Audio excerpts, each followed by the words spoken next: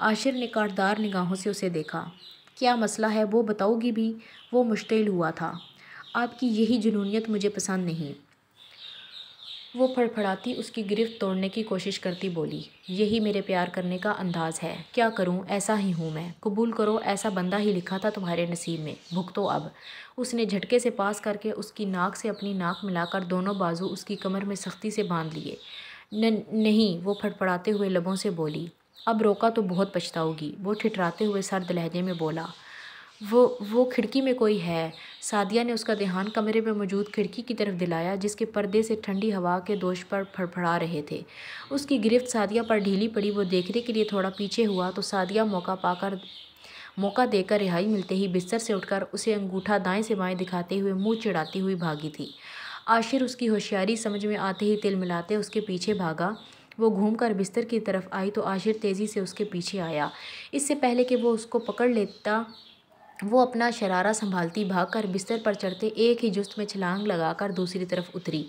عاشر تیزی سے واپس اس طرف آیا تو وہ پھر بستر سے اتر کر دوسری طرف بھاگی۔ عاشر نے سرعت سے گرا ہوا کمفرٹر اٹھایا اور اس سے پہلے کہ وہ بھاگ کر بستر سے دوسری طرف اترتی اس نے اس پر کمفرٹر گرا کر اسے لپیٹتے ہوئے خود اس کے اوپر آ گرا۔ آہ! وہ کمفرٹر کے نیچے دبے ہوئے اونچی آواز میں چلائی تھی، ہائے مر گئی میں تو، پیچھے ہٹو، مجھے سانس نہیں آ رہی۔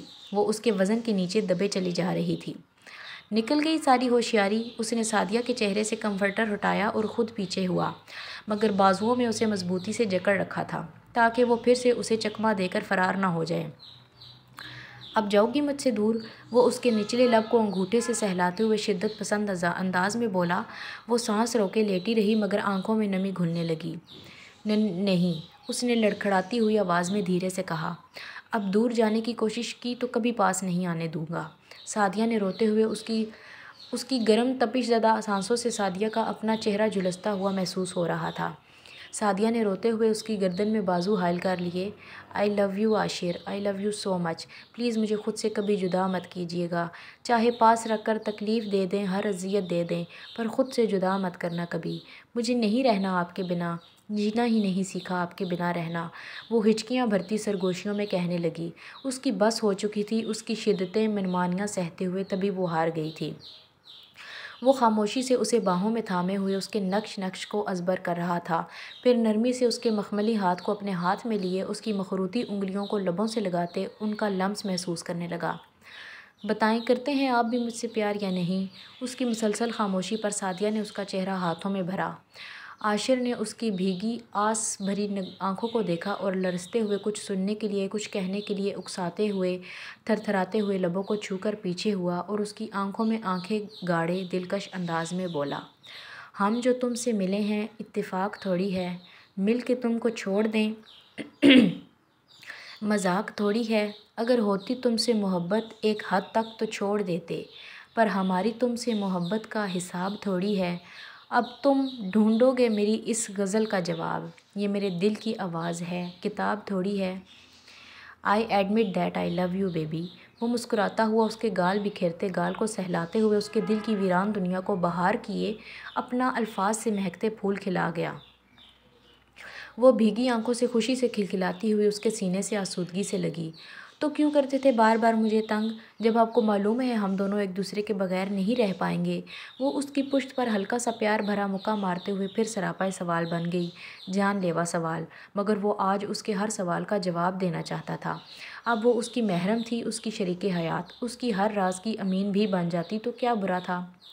میں بچپن سے اس سمسام سے نفرت کرنے لگا تھا۔ گرینی اور نانا کے منہ پر اس کا نام تھا۔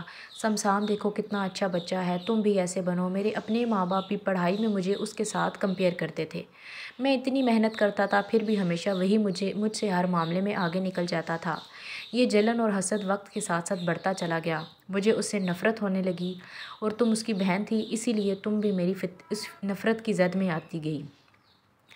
مگر میں غلط تھا، اس بات کا مجھے احساس ہو گیا ہے کہ کسی سے نفرت کی سزا تمہیں نہیں دینی چاہیے تھی، مگر میں کیا کرتا؟ تمہیں ملتی مجھے اپنے سامنے ہمیشہ اپنا غصہ نکالنے کو۔ جب تم مجھ سے ڈرتی جھجکتی تو میرے دل کو سکون ملتا، مگر تمہاری یہی ادا تو میرے دل کو بھا گئی تھی۔ میں چاہ کر بھی تمہیں زیادہ تکلیف نہیں دے پایا۔ اس پاگل دل کی دھڑکن نے نہ جانے کب تمہیں چن لیا، مجھے خود بھی نہیں پتہ چلا۔ وہ اس کا ہاتھ اپنے دل کے مقام پر رکھتے ہوئے جذبات سے لبریز انداز میں بولا، میں تمہیں اس ہوٹل میں غصے سے لے کر تو غلط ارادے سے گیا تھا، لیکن غصے پر محبت غالب آ گئی اور میں نے تم سے نکاح کر لیا، لیکن پھر بھی میں تم پہ حق رکھتے ہوئے بھی تمہارے ساتھ کچھ غلط نہیں کر پایا اور تمہیں واپس چھوڑ گیا۔ پھر اب مجھ پہ رحم کیسے آ گیا؟ سعدیہ دماغ میں کلبلاتا ہوا سوال لبوں پہ لائی اور نچلا لب دانتوں تلے دبایا۔ تمہاری یہ قاتلانہ ادائیں مجھے بہکا رہی ہیں اور کچھ مت پوچھو۔ وہ اس کی بالوں کی مہک کو اپنی سانسوں میں کھینچتا ہوا بوجھل آواز میں بولا، بس مجھے بہکنے دو، اب میں نہیں میرے لب بولیں گے۔ اس کی کمر کو سختی سے جکڑے سینے سے لگاتا ہوا ہونٹوں پر شدت سے جھک گیا۔ اس کے لمس پر سعدیہ اپنی آنکھیں موند کر اس کے گرد بازوؤں کی زنجیر باندھتے ہوئے اس کی شدتوں میں خود بھی شامل ہو گئی۔ اس کی سانسیں اب تر ہونے لگی تھیں، مگر عاشر کی وارفتگیاں شدتیں وقت بڑھنے کے ساتھ کم ہونے کی بجائے اور بڑھتی چلی جا رہی تھیں۔ سعدیہ نے اپنا آپ چھڑواتے چہرہ پیچھے کیے اس کے شانے پہ رکھا اور گہرے سانس بھرتے اپنی بکھری ہوئی سانسوں کو ہموار کرنے لگی۔ میری جان نکال دی آپ نے۔ وہ ابھی بھی گہرے سانس بھر رہی تھی، مگر منتشر دھڑکنیں کسی طور قابو میں نہیں آ رہی تھیں۔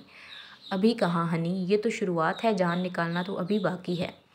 اس کے تھر تھر کانپنے پہ وہ اس کی پیشانی سے پیشانی ٹکا کر گہرے سانس لیتا، اپنی سانس اس کی سانسوں میں منتقل کرتا بولا، تم نے میری خطرناک عادت بن کر مجھ کو مجھی سے چھین لیا، اب اپنی سانسیں گنوانے کے لیے تیار ہو جاؤ۔ وہ ذو معنی انداز میں کہتے ہوئے اس کے ہوش اڑا رہا تھا۔ اس کی بات کی بے باکیاں اسے سمٹنے پر مجبور کر رہی تھیں۔ Good matching, hot red like you. وہ اس کی شرٹ شانوں سے کھسکھساتے ہوئے سرگوشی نما آواز میں اس کے کان کے قریب چہرہ کیے شرارت آمیز انداز میں بولا۔ سعدیہ کا چہرہ اس کی مبہم سی بات پر سرخیاں چھلکانے لگا۔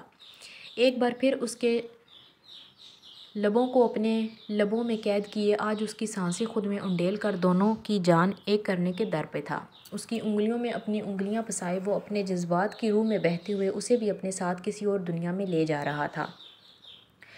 اس کی جان لیوا گستاخیوں پر سعدیہ کے تو اعصاب سلب ہونے شروع ہو گئے تھے۔ وہ اب اس کے وجود کو اپنے شدت بھرے لمس سے پھولوں کی طرح مہکانے لگا۔ اس کا چہرہ اس کی التفات پہ لہو چلکا رہا تھا اور آنسو آنکھوں سے پھسل کر گالوں پہ بکھرنے لگے تھے۔ کمرے میں مکمل اندھیرا چھاتے ہی وہ اس کی پناہوں میں خود کو بہت محفوظ اور مطمئن محسوس کر رہی تھی۔ محبتوں کی بارش میں بھیگتی شب دھیرے دھیرے سرک رہی تھی۔ وہ اپنی قسمت پر نازاں تھی۔ اس نے سوچا بھی نہیں تھا وہ ستمگار اسے اتنی نرمی سے سینچے گا کہ اسے اپنا آپ معتبر لگنے لگے گا۔ سمسام کی آنکھ اپنے وقت پر کھل گئی۔ وہ روزانہ اسی وقت اٹھتا تھا، لیکن باقی دنوں سے آج کا دن اس کے لیے سب سے زیادہ خوبصورت تھا، کیونکہ آج اس کے پہلو میں اس کی محبت پورے استحقاق سے براجمان تھی، جسے وہ دیکھ سکتا تھا، چھو کر محسوس کر سکتا تھا۔ وہ پھولوں سا نرم و نازک وجود اس کی باہوں میں پرسکون نیند میں گم تھا۔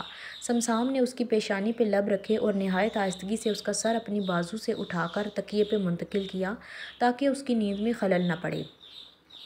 کل رات اپنی گل رخ کو پا کر اس کمرے میں آتے ہی اس کی ساری تھکن اتر گئی تھی۔ اس نے آگے بڑھ کر کھڑکی کھولی اور ٹھنڈی ہوا کا جھونکا اس کے چہرے پر پڑا تھا۔ سامنے دکھائی دیتا سوئمنگ پول کے نیلے شفاف پانی کا وہ خوبصورت منظر اسے دیکھنا بہت اچھا لگ رہا تھا۔ گل رخ کو بھی اس وقت اٹھ کر نماز ادا کرنے کی عادت تھی۔ اذان کی آواز نے اس کی سماعتوں سے ٹکرائی تو وہ اٹھ گئی۔ اصل میں وہ تبھی جاگ گئی تھی جب سمسام نے اسے بازو سے تکیے پہ منتقل کیا تھا۔ وہ بنا آواز کیے کمفرٹر پیچھے ہٹائے بستر سے اتر گئی اور اس نے کبرڈ سے اپنے کپڑے اور تولیہ نکالا۔ اس وقت شاور مت لو، سردی لگ جائے گی۔ سمسام اس کی آہٹ محسوس کر چکا تھا، تبھی پلٹ کر اسے اس وقت شاور لینے سے روکتا ہوا بولا، لیکن مجھے عادت ہے، وہ ضدی بچوں کی طرح معصومیت سے بولی۔ اسے سردی لگی ہوئی تھی اور وہ پھر سے شاور لینا چاہتی تھی۔ سمسام اس کے انداز پر دلکش سا مسکرایا۔ وہ آج معمول سے کچھ زیادہ ہی خوبصورت لگ رہی تھی۔ سمسام کے دل کی حالت بھی عجیب ہو رہی تھی۔ جی نہیں، آپ کو میری بات ماننی ہی ہوگی۔ وہ پرپکار چال چلتے ہوئے اس کے قریب آیا۔ اینجل کو اپنی دھڑکنوں کی رفتار سست پڑتی ہوئی محسوس ہوئی۔ پلیز، وہ منہ بسورتے ہوئے بولی۔ میں بھی یہی کہوں گا، پلیز، سمسام نے اسے پیار بھرے لہجے میں پچکارا۔ مجھے نماز ادا کرنی ہے، وہ مسکین سا منہ بناتے ہوئے بولا۔ اچھا جاؤ، چینج کر لو، لیکن شاور مت لینا۔ وہ پیچھے ہٹ گیا اور اینجل اپنے کپڑے پکڑتی تیزی سے واش روم میں گھس گئی۔ تھوڑی دیر بعد جب وہ نکلی تو پنک کلر کے سادہ سے ڈریس میں وہ ادھ کھلی تازہ مہکتی ہوئی کلی معلوم ہو رہی تھی۔ سنہری بال گیلے ہونے کی وجہ سے موٹی موٹی لٹوں کی صورت میں اس کے چہرے کے ارد گرد چپکے ہوئے تھے۔ سمسام نے اسے دیکھ کر نظریں پھیر لیں۔ اس کی ہارٹ بیٹ تیز ہوئی تھی۔ اگر وہ کچھ دیر اسے اور دیکھ لیتا تو شاید خود پہ اختیار کھو دیتا۔ اوپر سے ماحول بھی کچھ رومانٹک سا تھا۔ ابھی نماز کا وقت ہے۔ وہ اپنے دل کو ڈپٹتا جلدی سے واش روم میں چلا گیا۔ جب وہ واپس آیا تو وہ جائے نماز کی تلاش میں نظریں ادھر ادھر دوڑا رہی تھی۔ سمسام نے اسے جائے نماز پکڑائی اور خود باہر نکل گیا تاکہ قریبی مسجد میں نماز ادا کر سکے۔ وہ نماز ادا کیے کمرے سے ملحقہ ٹیرس میں تھی۔ وہاں سے کمرے میں آئی تو کمرے میں ہما اور ان کے میکے سے سعدیہ کی کزنز آئی ہوئی تھیں۔ السلام علیکم۔ اس نے سب کو مشترکہ سلام کیا اور ہما کے پاس آ گئی۔ وعلیکم السلام، جیتی رہو، ہمیشہ خوش رہو۔ سب مل کر جوش سے اسے جواب دیا۔ ہما نے بھی جواب دے کر اس کو گلے لگا کر ماتھے پر پیار کیا۔ کیسی ہے میری بیٹی؟ انہوں نے بڑے پیار سے نرم لہجے میں پوچھا اور اس کو پاس بٹھا لیا۔ جی میں ٹھیک ہوں آنٹی، اس نے آہستہ سے کہا۔ اس کو سمجھ نہیں آ رہی تھی کہ وہ ان کو کیا کہہ کر بلائے۔ پھر اس نے آنٹی ہی کہہ دیا۔ ارے گل رخ بیٹا، میں تمہاری موم ہوں بیٹا، جیسے سمسام اور سعدیہ کی۔ تم بھی مجھے سمسام کی طرح موم کہنا، مجھے اچھا لگے گا۔ اور یہ گھر اب سے تمہارا ہے، ڈرنا نہیں اور نہ ہی گھبرانا۔ بلا شبہ گھر کی دیواریں الگ ہیں لیکن دل تو پاس ہے نا۔ انہوں نے اس کو بڑے رسان سے سمجھایا۔ اس نے بھی آہستہ سے اس بات پہ سر ہلا دیا۔ اس کو ہما گردیزی بہت نائس اور لونگ لگی تھی۔ بھابھی آپ کو منہ دکھائی میں کیا دیا ہے سمسام بھائی نے؟ سعدیہ کی کسی کزن نے اس سے پوچھا۔ وہ سٹپٹا کر نظریں جھکائے چپ ہی رہی کیونکہ اس کے پاس ان لوگوں کے کسی سوال کا جواب نہیں تھا۔ ارے میری بیٹی کو تنگ نہیں کرو تم لوگ۔ گل رخ کو چپ دے کر ہما گردیزی نے ان کو مصنوعی خفگی سے ڈپٹا اور وہ اس کی پریشانی سمجھ رہی تھی۔ پہلا دن سسرال میں اور ایسے سوال وہ بہت چپ ہو گئی تھی۔ آنٹی ہم تو بس ایسے ہی پوچھ رہے تھے بھابھی سے، سعدیہ کی ایک کزن نے ہنستے ہوئے کہا۔ باقی سب بھی اس کی بات سن کر ہنسنے لگ گئیں۔ بس بہت ہو گیا مذاق، بیٹا آپ تیار ہو جاؤ، سمسام بھی آنے والا ہے، پھر آپ لوگ ناشتے کے لیے ساتھ گھر میں آ جانا، مل کر کریں گے سب۔ انہوں نے سب کو پیار بھرے انداز میں ڈپٹ کر کہا اور پھر سب کو اپنے ساتھ لے کر روم سے باہر چلی گئی۔ اب وہ روم میں اکیلی تھی۔ اس نے دروازے کو بند کیا اور صوفے کے ایک کونے میں بیٹھ گئی۔ وہ محمل کو بہت یاد کر رہی تھی۔ اس کو تو اپنے سیل کا بھی پتہ نہیں تھا ورنہ وہ کال ہی کر لیتی۔ سمسام اپنے معمول کے مطابق وہیں سے جاگنگ کرنے نکل گیا۔ واپسی پر جب وہ گھر آیا تو سورج چہار سو اپنی تمازت بکھیرے پورے آب و تاب سے روشن ہو چکا تھا، لیکن پھر بھی کبھی کبھار چلتا ٹھنڈی ہوا کا جھونکا جسم میں سنسنی دوڑا رہا تھا۔ جب وہ واپس آیا تو وہ کھڑکی کھولے باہر کا نظارہ کرنے میں مصروف تھی۔ بلیک ٹریک سوٹ میں پسینے سے تر تھا، شاید وہ جاگنگ کے بعد اپنی جم میں ورک آؤٹ کر کے آیا تھا۔ سمسام نے بھرپور تفصیلی نظر اس پر ڈالتے وارڈروب سے ہینگ ٹراؤزرز شرٹ لیتے فریش ہونے کا ارادہ کیے ہوئے تھا۔ وہ انگلیاں چٹکاتی اسے بس دیکھ رہی تھی۔ فطری طور پر اس کے ریئیکشن پر خوف سا تھا۔ دل میں جتنا بھی اس کا دیوانہ تھا تو مردانہ انا کا حامل ہی نہ، پھر اس کا شوہر بھی۔ اف، اسے اپنا آپ شدید خطرے میں محسوس ہوا تھا، لیکن اس نے خود میں ہمت مجتمع کی اس کا سامنا کرنے کی۔ اب سردی تو نہیں لگ رہی؟ سمسام نے نہایت ملائمت سے پوچھا۔ نہیں، اینجل نے سر جھکائے نفی میں جواب دیا۔ سمسام نے کبرڈ سے اپنی گرم شال نکال کر اینجل کے شانوں کے گرد دھیرے اور محبت بھرے انداز میں پھیلا دی۔ وہ اس مہربان شخص کو نرم نگاہوں سے دیکھنے لگی تھی۔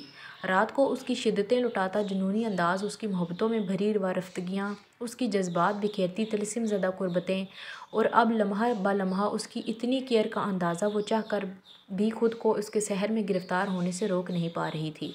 وہ شاید کوئی جادوگر تھا جو اسے اپنے سنگ باندھ رہا تھا۔ وہ بنتی چلی جا رہی تھی۔ وہ 15 منٹ بعد فریش سا آیا تھا، صرف ٹراؤزر میں ملبوس، بالوں کو ٹاول سے رگڑتا وہ قدم اٹھاتا اس کے قریب آ رہا تھا۔ ساری دلیری پل بھر میں ہوا ہوئی تھی۔ وہ اس کا شوہر تھا، سارے حق محفوظ رکھتا تھا، اور اس کی رات والی گستاخیاں یاد کر کے اسے شرمانے پر مجبور کر رہی تھی۔ اس نے بے چینی سے نچلا لب دانتوں تلے دبایا تھا۔ وہ جو بستر پہ بیٹھی کشمکش میں مبتلا انگلیاں چٹکاتے میں سوچ رہی تھی، اس کی پیش قدمی پر ہلکان ہوئی تھی۔ سمسام نے ٹاول کو گول مول کر کے اس کے قریب اچھالا، بیڈ پر دائیں بائیں ہاتھ رکھ کر اس کی فرار کی ساری راہیں مسدود کرتا اسے اپنے حصار میں لے گیا۔ اس کی کشادہ باڈی سے آتی باڈی واش کی خوشبو سے سٹپٹائی تھی۔ نظریں نیچی کرتی وہ مسلسل لب کچل رہی تھی۔ مجھے امید نہیں تھی میری آج کی صبح اتنی حسین اور روشن ہوگی۔ خدا کا شکر بجا لا چکا ہوں۔ اب تمہارا شکریہ ادا کرنا چاہتا ہوں، اجازت ہے؟ وہ اس کا مومی ملائم سا ہاتھ اپنے ہاتھ میں لیے دلچسپ نگاہوں سے اسے دیکھتے ہوئے گمبھیر آواز میں بولا۔ اینجل نے پل بھر کو اپنے آرزوں پہ سایہ فگن گھنی پلکیں اٹھا کر اسے دیکھا، لیکن اس کی آنکھوں میں جذبات کا ٹھاٹھے مارتا ہوا سمندر آباد دیکھ کر وہ نظریں جھکا گئی۔ پلکیں ہولے ہولے اس کے سرخیاں چھلکاتے آرزوں پر لرزنے لگیں۔ کافی رومانٹک ماحول ہے نا؟ وہ مسکراہٹ دبائے بولا تھا۔ اس نے ارد گرد نگاہ دوڑائی۔ اس کا کمرہ نہایت خوبصورتی سے گلاب اور موتیے کے پھولوں سے آراستہ کیا گیا تھا۔ کمرے میں رات گزر جانے کے باوجود بھی ان کی مہک ابھی بھی اسے اپنی سانسوں میں گھلتی ہوئی محسوس ہو رہی تھی۔ اسے ہنوز خاموش دیکھ کر وہ جنونیت بھرے انداز میں اس کی کمر میں انگلیاں گاڑتا اسے اپنے کشادہ سینے سے لگا گیا تھا۔